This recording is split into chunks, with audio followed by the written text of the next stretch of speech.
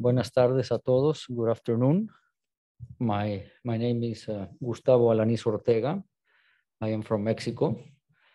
I am the head of the Mexican Environmental Law Center in Mexico City, a 28 years organization. I am a lawyer from the Ibero-American University, also in Mexico City, and I have a master's degree from American University at the Washington College of Law in Washington, D.C. In the case of the Mexican Environmental Law Center, we have been giving a lot of advice to peasants and communities and different members of society in order for them to get to know which are their environmental rights and how to use them, how to put them in practice to protect nature. So I think this goes very much hand in hand with our discussion this afternoon with the panel that we are having today. The idea that we have for these interventions is that we would like to explore the topic of how supporting and upholding the rights of peasants as a critical means of protecting biodiversity. As many of you know, this year is IUCN's World Conservation Congress, and we'll be considering this topic in their agenda, including a motion proposed by some of our panelists who will speak in that respect. Before we begin, let me just, you want to take it off, the microphone? Thank you. Just before we begin, let me very briefly let you know about some details about the CV of our panelists. So we will be starting with remarks from Geneviève. Is that correctly said or no? Yes. Please let me know. SAVIGNY, who is a member of the French Farmers Union and was a member of the coordination committee of the European coordination Via Campesina from 2009 to 2018, where she was involved in the discussions surrounding the development and passage of the UN Declaration on the Rights of Peasants and other people working in rural areas. She will be discussing today around these issues. And she has been a farmer for 30 years in the Southern Alps in France. So very much welcome to the panel. Thank you for being here. She will be joined by Smita Narula. She's a Haub Distinguished Professor of International Law and co-director of the Global Center for Environmental Legal Studies at the Elisabeth Haub of Law at Pace University in New York. From 2008 to 2014, Professor Narula was legal advisor to the United Nations Special Rapporteur on the right to food. So Smita, thank you very much, and thanks for being virtually with us today. Thank you.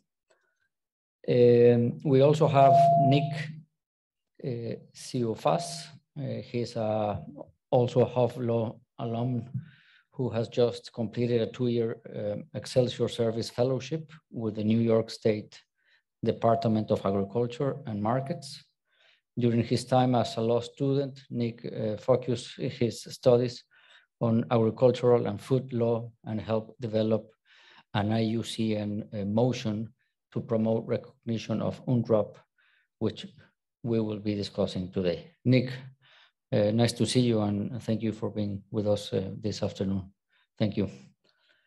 Finally, we have Cassandra Jurenci, also a Haub alum, graduated this year with advanced certifications in environmental and international law, and focused her legal studies on how the law can better advance environmental justice. During law school, Cassandra worked extensively on issues related to food sovereignty and has long supported the development of IUCN UNDROP motion. So thank you very much, Cassandra. We can see you there. So thanks for being with us this afternoon. So I think that we are ready to go. Our panelists are all very eager to share with you more about the connection between food sovereignty and protection of biodiversity. So we will start with a short video to help introduce the topic. This video will be followed by remarks from Geneviève, then Nick, Cassandra, and then Smita. And then, of course, we will open the floor for questions and any discussion that may take place. So if we can share the video, if we can start with that, please. Thank you. Today, out of nearly 1 billion people suffering from hunger in the world, 80% live in rural areas. And the current existing instruments are not enough to protect them. Los campesinos y las campesinas son las personas que alimentan nuestro mundo, que mantienen el medio ambiente funcionando bien, y cada día observamos que son víctimas de violaciones, que son impactados por violaciones de sus derechos humanos. Wir steuern mit der momentanen Agrarpolitik in die völlig falsche Richtung. Wir brauchen eine sozial gerechte Landwirtschaft. Wir brauchen sehr, sehr viele kleine Betriebe, die nachhaltig produzieren. Und das ist in der Ernährungssouveränität alles festgeschrieben. Un campesino sin tierra o un campesino sin semillas no es más un campesino. Y por esto necesitamos que esos derechos inherentes a los campesinos sean reconocidos a nivel internacional. Therefore, different actors have come together to draw a unique declaration on the rights of peasant women and men and other people working in rural areas. Aujourd'hui, le Conseil des droits de l'homme a lancé un processus de négociation autour de cette déclaration qui peut être un outil extrêmement important pour que ces répressions et ces discriminations cessent. Tenemos de alguna manera que abrir este proceso a que una mayor cantidad de la sociedad civil sepa de qué se trata. Necesitamos visibilizar. Esta declaración lo que hace es visibilizar. Si l'humanité a subsisté jusqu'à aujourd'hui, c'est grâce à cette débrouillardise et à cette capacité d'invention des agriculteurs. Et par conséquent, ce combat des paysans, paysannes, des personnes travaillant dans les zones rurales pour la préservation de leur mode de vie et de leur capacité à continuer à produire est un combat qui, au fond, doit nous concerner tous. Et je crois que l'opinion publique est aujourd'hui de plus en plus mobilisée, les attentes des ONG comme des mouvements sociaux se font de plus en plus fortes et les gouvernements, à terme, vont devoir entendre cet appel.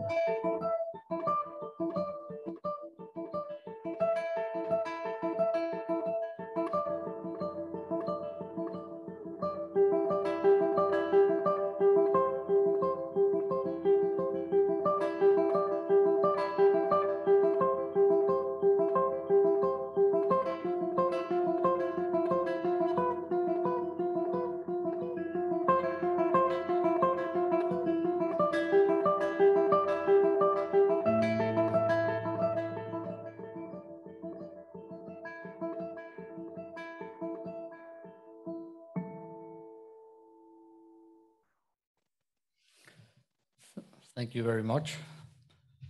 So after this introduction, please go ahead. We can start. Thank you. So that was in December 2018. So I'm sorry for the interpreter. I've been asked to speak in English, although I'm French and could speak French, but then it was easier for our panel to be speaking in English. So that was in September 2018, and in December 2018, it was adopted at the United Nations General Assembly with 121 votes in favor, 54 abstention, and 8 votes against this declaration. But it was a very strong result, and we were very happy as peasants all over the world that the long struggle, it has been a struggle of over 20 years from the very beginning until this achievement, to be able to have this declaration adopted by countries, and which gives a legal tool for peasants to protect themselves and to protect our way of working among the situation of the world, which is quite difficult, especially with the development of industrial farming, agribusiness, and all the consequences of the, to put it short, the Green Revolution. So at the end, what do we have? We have a declaration of 28 articles. It's all been developed right from the beginning. It was developed by the peasants themselves. In the Via Campesina, we had discussion to discuss what would be important as peasants to protect our lives. And so we have different rights. Some are quite well basic, but adapted to rural situation. And some were more specific, like the right to land, right to seeds, and like I will develop a little bit later. And we have also different rights also to education, to information, and rights of women, also all the rights that make our living possible and that will protect our living. Maybe we can, yes, go to the next slide. So Article 1 is really very, very important because it defines what is a peasant, what are we speaking about, and it's been discussed very much because for some countries, they didn't know what was a peasant. And the peasant now is well explained, that is a man, woman, or community, that is small-scale farming, farming on small-scale farms, but also all those people who are involved in small food production, small-scale food production, like shepherds, people picking different products. And so it's explained in the declaration, with also working to make a living for his family and also to sell some products. And what is really important, and I want to stress this sentence, which is in the declaration, and it's someone who has a special dependency and attachment to the land. There is a lot in this sentence, which means that we are, on one hand, very dependent on the resources, but we need resources. Land is not a commodity. Land is identity, land is culture, land is vital. And it's also the responsibility that we have as regard the protection of land, which is in this article. It also describes different people that will be involved in the food production. It's quite broad because you also have different breeders, pastoralism, fishing, forestry, and also indigenous people who are involved in food production. And it was really important to have also this gathering of indigenous rights and peasant rights. And very often the territories are quite the same and the attachment to land is similar. Maybe we can go to the next slide. So I will go through the different articles that are defining our relationship with nature and how we contribute through this to the protection of nature, biodiversity, and to make and climate as well.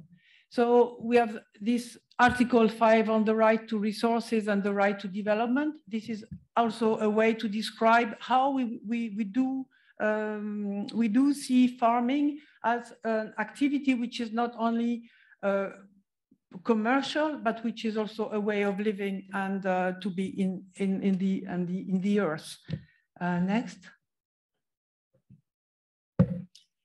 In the Article 15, which is not complete here, but that's a choice, it's about food sovereignty. And it's also very important that in an official document at the declaration, there is a definition of food sovereignty, which is a very strong concept to explain that it belongs to the people to define how they will feed themselves and how they will produce food and how the decisions are taken. And so I read directly, this food sovereignty includes the right to participate in decision-making processes on food and agriculture policy, and the right to healthy and adequate food produced through ecologically sound and sustainable methods that respect the cultures.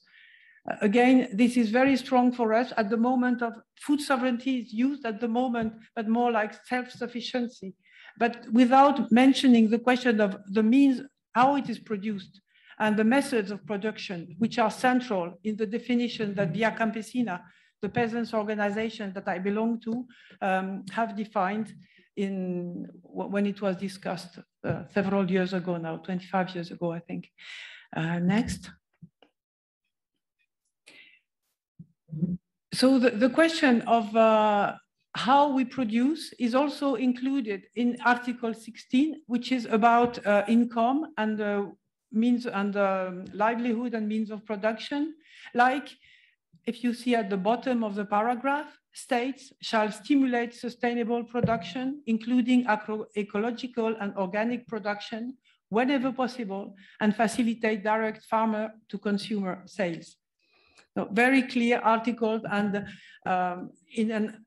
in an article which describes that we need access to market, access to information, etc., to have a decent livelihood. So next.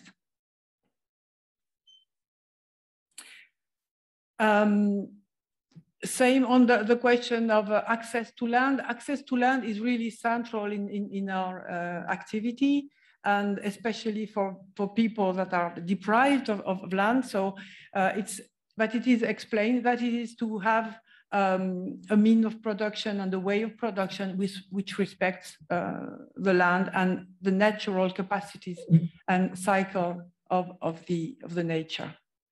Next, please.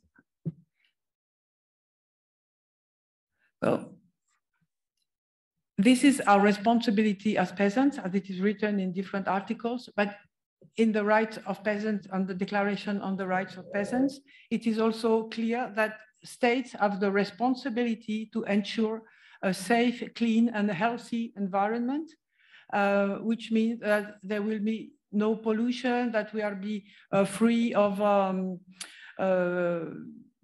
all the problems that pesticides and that make the agriculture unsustainable. So, and this is requested to states and non-state actors, mostly large transnational companies which have a big impact on agriculture. But that's the point. Please, next. Right to seed is also central, and it's been well described that we need to be able to continue to protect our peasants' seed system that peasants have been doing over the centuries to select, to keep the best seeds and to adapt it to the climate and to the soil, and then to be able to reproduce it and sell it to neighbors. And so to improve all the time the seed that we are using, seeds and animals also that we are using, and which is under threat with the industrial seed system, which is really spreading fast with GMOs, new breeding techniques that are all going against this right to seeds, the rights to peasant seeds. Next. Then I will end with this article, which is very much the article which speaks about biological diversity.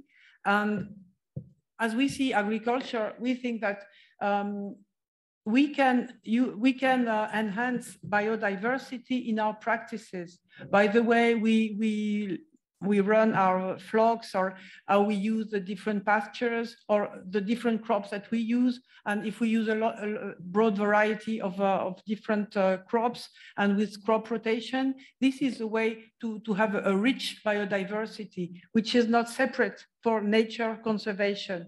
So what is very important for us, and this declaration is really pushing in that direction, is that peasants, agriculture is not separate from nature, and this is also why we really promote agroecology as a way to include activities, food production within nature, and this is, as we think, the way to develop agriculture in the coming years. So this declaration is really a support and a tool to support this this evolution. Thank you.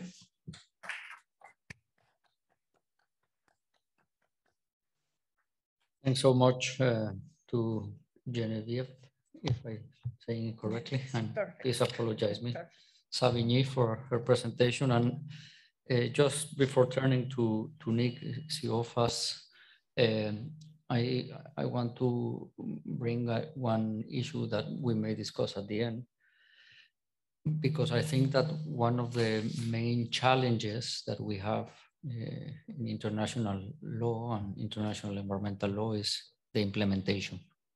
How we put this into practice. Because sometimes even if we are before us with hard law, it's hard to implement. What happens with the declarations from United Nations that we're normally talking about soft law? So as I said before, how are we going to assure that what it is in the text is really happening outside? So I just want to leave this for the discussion at the end. So Nick, the floor is yours, please, go ahead. Hello, everyone. Thank you, Gustavo, and thank you, Geneviève. That was a great introduction and summary of UNDROP. Just to give you an overview of what I will speak about, I'm going to briefly touch upon the overview of the motion process and give you a timeline. And then I will transition to where we're at today and how the motion stands going forward into Congress. So if you can go to this next slide, please.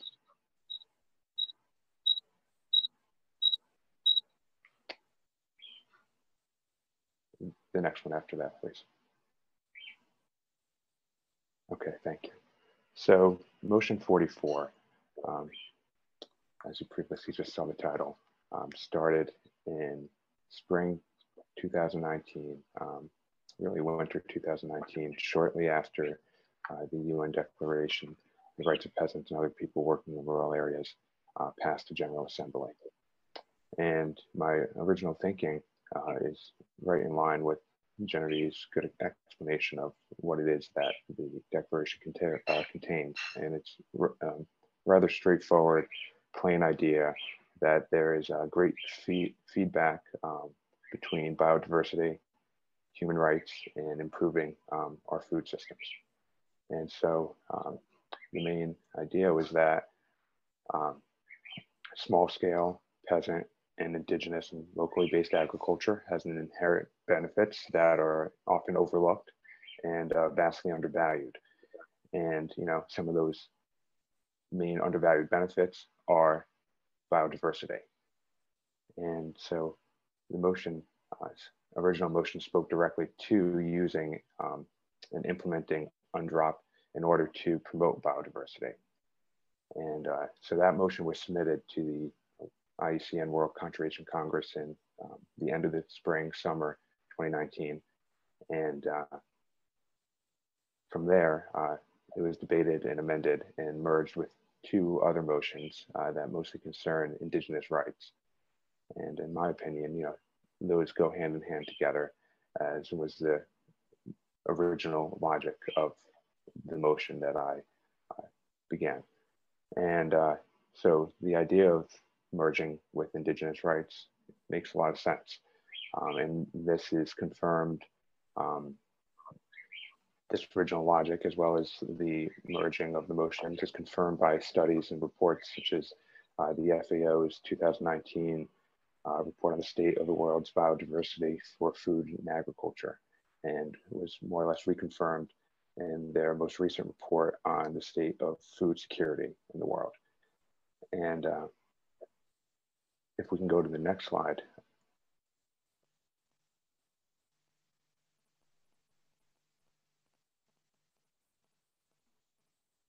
Motion 44 contained some of the original language, 3 key paragraphs, mainly, that correspond directly with the UNDROP language.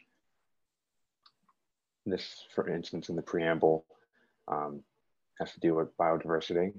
And in terms of implementation, we're seeking to make aware the IUCN community, as well as the general global community, of this feedback loop between biodiversity, human rights, and improving the food system. And again, we re-emphasize the importance of peasants' rights through asking the IUCN Director General to disseminate UNDROP and to further its implementation with more awareness of that feedback loop and the importance of peasants' rights. And lastly, we utilize Article 15 and the idea of food sovereignty to really drive home that general logic, that there is a feedback loop between human rights, peasants' rights, biodiversity, and improving the global food system. And I will now let Cassandra go forward and explain how we will advocate for our Motion 44 at the World Conservation Congress. Thank you so much, Nick. We're really excited to be here to speak with you about the motion. Cassandra, I think we're having trouble hearing you. I'm not sure if I'm the only one. Oh no. Can you hear me now? You can't hear me? Okay. Yes? Can you yes, hear me? yes, we can hear you now. Thank you. My headphones out. I'm sorry about that. I was saying thank you so much, Nick. We're really excited to be here to speak with you about the motion we've proposed to the IUCN Congress, which really reflects some of the key provisions in UNDROP, as Nick spoke to. We want to again emphasize how historic a milestone the passage of UNDROP in 2018 was. It was in its grant of peasants' rights and the deep connections that it acknowledges between peasant and rural agricultural practices and biodiversity. UNDROP has introduced a really powerful tool into international law for protecting that vital connection between the two. And I hope we're on the slide, implementing a historic achievement. And that's what I would like to speak to. I'd like to say that there's really no better success story to share here as part of the symposium's Good Stories movement than what was the internationally welcomed passage of UNDROP, following what wound up being decades of advocacy as well as 6 years of intergovernmental negotiations. And the IUCN now has the opportunity to make this an even better story, to raise awareness through of this international tool by passing Motion 44, which Nick has just discussed. But before passing the motion, we really hope to amend it in 5 ways. And I'll briefly describe the amendments we hope to see before final passage. But I want to note quickly that the complete text of our motion, as well as a detailed explanatory memo and more information about the amendments, can be found in the links that I've shared in the Zoom chat box. Next slide, please.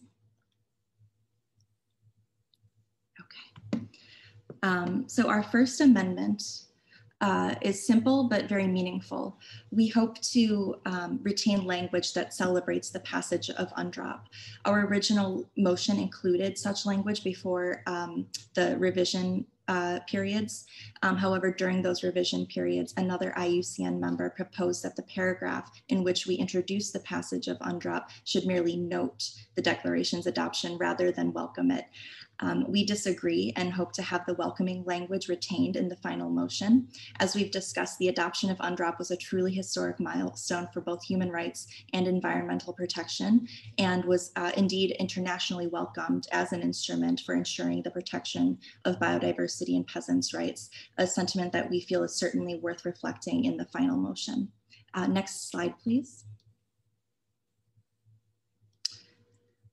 Our next amendment relates to raising awareness about the concept of food sovereignty. As Geneviève has explained, the concept of food sovereignty is really critical to this motion, as it is to UNDROP, and our initial language reflected this. Again, during the previous motion group revisions, an IUCN member proposed striking this entire paragraph, which is the only paragraph in the motion which not only defines food sovereignty, but describes its importance to the very UN declaration to which the motion pertains. This paragraph is currently on the metaphorical chopping block, if you will, and it's our hope that the IUCN members will agree with our amendment to retain this language, since it's vitally important to the motion that the concept of food sovereignty remain defined, and that its importance to UNDROP remain highlighted in this paragraph, which is again the only place in the motion in which the concept of food sovereignty is thoroughly and concisely explained. Next slide, please. Language in our motion is inclusive of peasant and small farming and rural communities, as well as in reference to their rights to land and natural resources under UNDROP. This language was recommended, however, for deletion by another IUCN member. However, if that language is deleted, this paragraph would be devoid of the complete list of groups to whose rights UNDROP specifically pertains, and would hollow out the expansive rights of those groups acknowledged in this motion. In addition to clarifying some of the language as currently defined in this paragraph, we hope to amend it to retain peasant and small farming and rural communities in an effort to pass this motion with the same inclusive membership as UNDROP had in it. We also hope to retain language relating to peasants' rights to land and natural resources, which is also set out in UNDROP. Next slide, please. Actually, can you go to slide 5? Or I'm sorry, amendment 5. The next slide. Thank you so much. With our final amendment, we hope to both clarify language and retain an important call to action to protect free, prior, and informed consent of Indigenous peoples. In our motion, we call on states and stakeholders to ensure that protection of that critical right, which is also articulated in the UN Declaration on the Rights of Indigenous Peoples. Acknowledging this right really supports the role that Indigenous peoples play in providing food for humanity and protecting biodiversity. And as such, we really hope to acknowledge that role in this paragraph. Next slide, please. With the next slide, I happily turn our presentation over to Professor Smita Narula. Thank you so much, everyone. I hope you can hear me clearly. It's a pleasure to be here with you all, and I commend the organizers on putting together such a successful hybrid event. I'm going to just conclude with some remarks on the significance of the declaration to rural communities around the world, noting that the significance is profound, as is peasants' contributions to biodiversity, to addressing climate change, and to our collective well-being. The passage of UNDROP has to be seen in its human rights and ecological context. In most countries, peasants and rural workers who are informally employed experience discrimination. They have no right to form unions and earn a living wage or receive social security. There's also a profound gender dimension to this problem.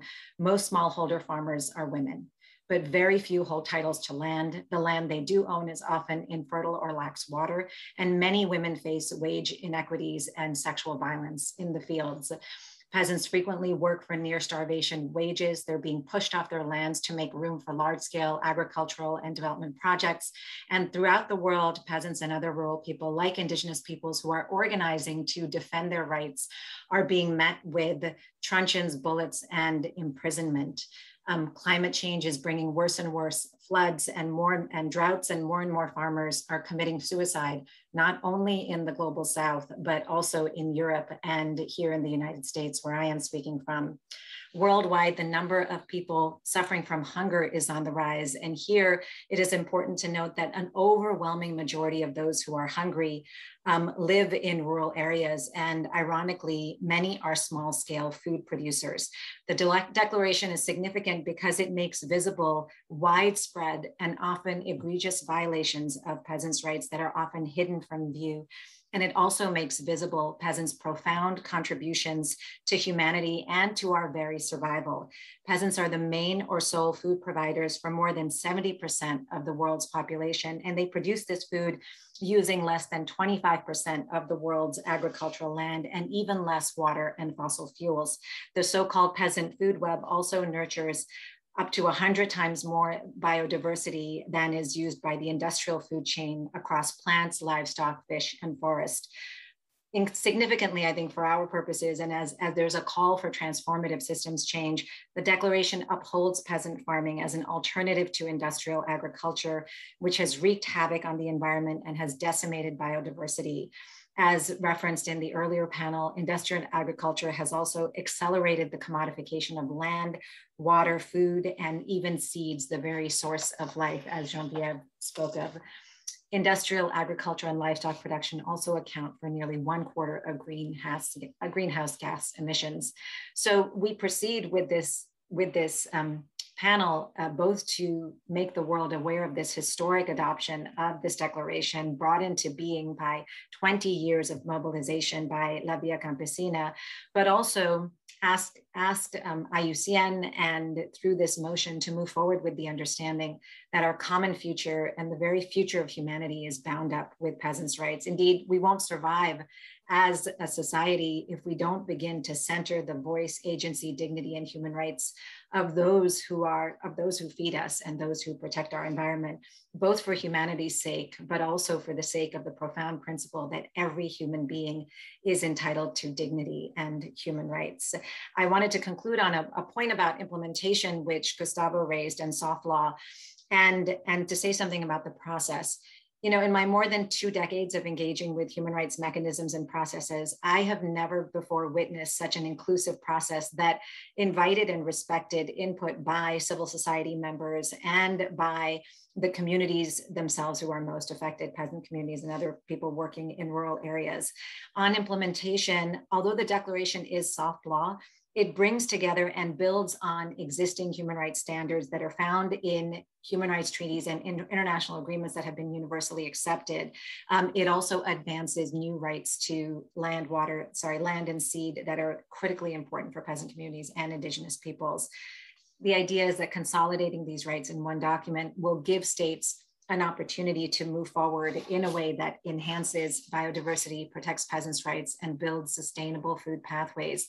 And I'll end by saying that there is already in many constitutions, the right to food sovereignty is already recognized. So this is a historic moment for IUCN and all of those here participating to advance a declaration and the rights of peasants whose time has come and whose humanity is completely bound up with ours. Thank you.